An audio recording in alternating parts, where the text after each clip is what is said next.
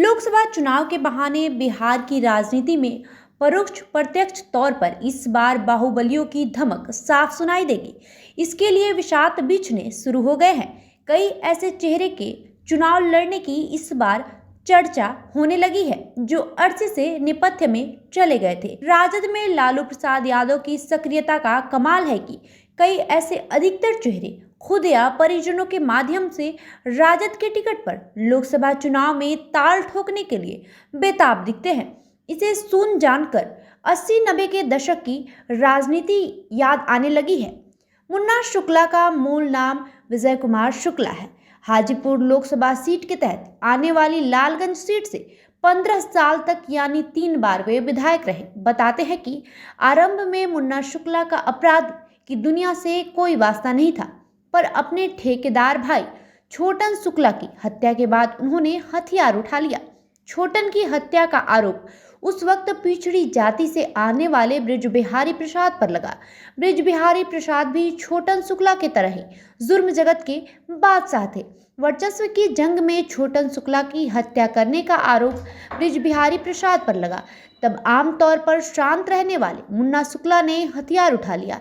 उन्होंने भाई की हत्या का बदला आखिरकार बृज बिहारी प्रसाद की पटना के अस्पताल IGIMS में हत्या कर ले लिया। उसके बाद मुन्ना शुक्ला जरायम की दुनिया के बेताज बादशाह बन गए। उनको तब के बाहुबली नेता और पूर्व सांसद आनंद मोहन का साथ भी मिला। गोपालगंज के तत्कालीन जिलाधिकारी जी कृष्णैया के हत्या का आरोप भी आनंद मोहन के साथ उन पर लगा। उसी मामले में आनंद मोहन और छोटन शुक्ला को सजा हुई। पिछले साल बिहार सरकार ने जेल मैनुअल में संशोधन कर आनंद मोहन की रिहाई का रास्ता साफ किया। हालांकि कृष्णैया की पत्नी ने सरकार के उस फैसले को सुप्रीम कोर्ट में चुनौती दी है और मामले पर सुनवाई चल रही है। बहरहाल वर्ष 2000 में मुन्ना शुक्ला ने राजनीति में कदम रखा। पहली बार में ही वे जेल में रहते विधानसभा का चुनाव लड़े और जीत गए। जेल में रहते ही उन्होंने PhD भी की। फिर तो उन्होंने राजनीति में 15 साल गुजार दिए। अब चर्चा है कि राजद सुप्रीमो लालू प्रसाद यादव ने उन्हें लोकसभा चुनाव में उम्मीदवार बनाने का आश्वासन दिया है। वे वैशाली से चुनाव लड़ सकते हैं, जो लोजपा की सीट रही है। वही इस कड़ी में बालू और पत्थर खनन के अवैध धंधे से कुख्यात डॉन बने अशोक महतो को भी राजद ने इस बार चुनावी जंग में उतारने का मौका दिया है। लंबे समय तक जेल में रहे पिछड़ों के नेता के रूप में मशहूर अशोक शादीशुदा नहीं थे। कानून की पेचीदगियां उन्हें चुनाव लड़ने में बाधक न बने, इसलिए लालू प्रसाद यादव ने उन्हें 60-62 साल की उम्र में शादी की सलाह दी ताकि उनके बदले उनकी पत्नी को टिकट दिया जा सके। अफरा तफरी में अशोक ने 46 साल की उम्र की एक स्वजातीय युवती से अब शादी रचा ली है। कहा तो ये भी जाता है कि शादी के 2 दिन बाद ही लालू ने अशोक की पत्नी को बुलाकर मुंगेर लोकसभा सीट से लोकसभा का टिकट भी दे दिया है। अशोक की नवादा शेखपुरा इलाके में पिछड़ों के बीच डॉन की छवि है। मुंगेर से जदयू के पूर्व राष्ट्रीय अध्यक्ष राजीव रंजन उर्फ ललन सिंह सांसद है। अशोक की बीबी से अब ललन सिंह का मुकाबला होगा।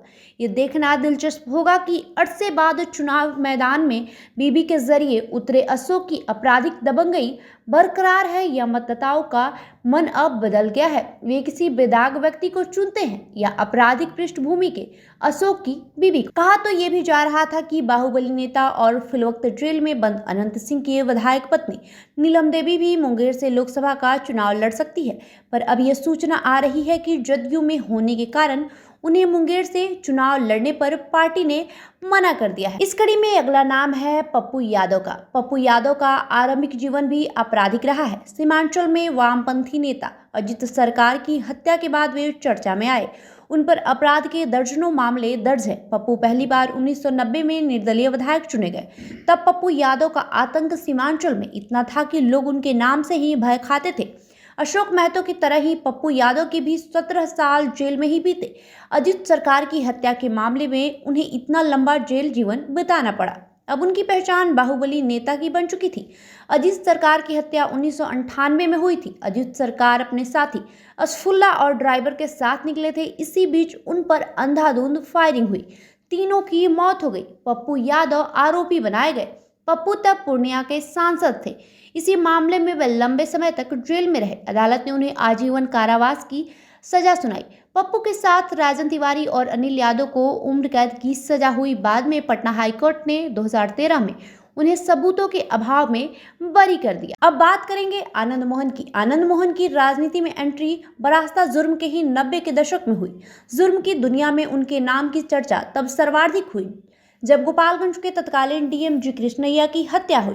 दरअसल मुन्ना शुक्ला के भाई छोटन शुक्ला की जब हत्या हुई तो उनकी शव यात्रा के लिए मुजफ्फरपुर के तत्कालीन डीएम राजीव गोवा ने मौन यात्रा की इजाजत दी, पर लोगों में इतना गुस्सा था कि मौन का सवाल ही नहीं उठता।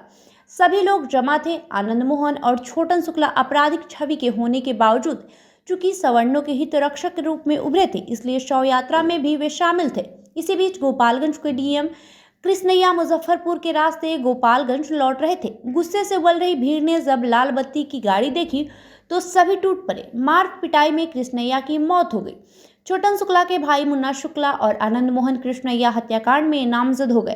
खैर, आनंद मोहन अब बाहर है, लेकिन कानूनी अड़चनों के कारण खुद चुनाव नहीं लड़ रहे। उनकी पत्नी पूर्व सांसद लवली आनंद को जदयू ने शिवहर से लोकसभा का टिकट देने का फैसला किया है। बात करेंगे बाहुबली सांसद शहाबुद्दीन की पत्नी की। सीवान के पूर्व सांसद और मरहूम बाहुबली सांसद शहाबुद्दीन की पत्नी हिना शहाब ने वैसे तो 3 बार राजद के टिकट पर लोकसभा का चुनाव लड़ा, पर कामयाबी नहीं मिल पाई। शहाबुद्दीन के निधन के बाद उन्होंने राजद से दूरी बना ली है। शहाबुद्दीन का सीवान में आतंक कितना था, इसकी एक ही बानगी काफी है। वर्ष 2004 में सीवान के एक स्वर्ण व्यवसायी चंद्रेश्वर प्रसाद उर्फ चंदा बाबू से शहाबुद्दीन ने रंगदारी बतौर 2 लाख रुपए मांगे थे। नहीं देने पर उनके 2 बेटों को तेजाब से नहलाकर मार डाला। सीवान के साहब के रूप में मशहूर शहाबुद्दीन इसी मामले में जेल गए और तिहाड़ में उन्होंने आखिरकार दम तोड़ दिया। बिहार में मुस्लिम यादव समीकरण की नींव रखने वालों में लालू के साथ शहाबुद्दीन की गिनती होती थी, पर उनकी मौत के बाद राजद ने उनके परिवार की सुध नहीं ली। नतीजा ये हुआ कि अब उनकी पत्नी ने सीवान से निर्दलीय चुनाव लड़ने का घोषणा कर दिया है।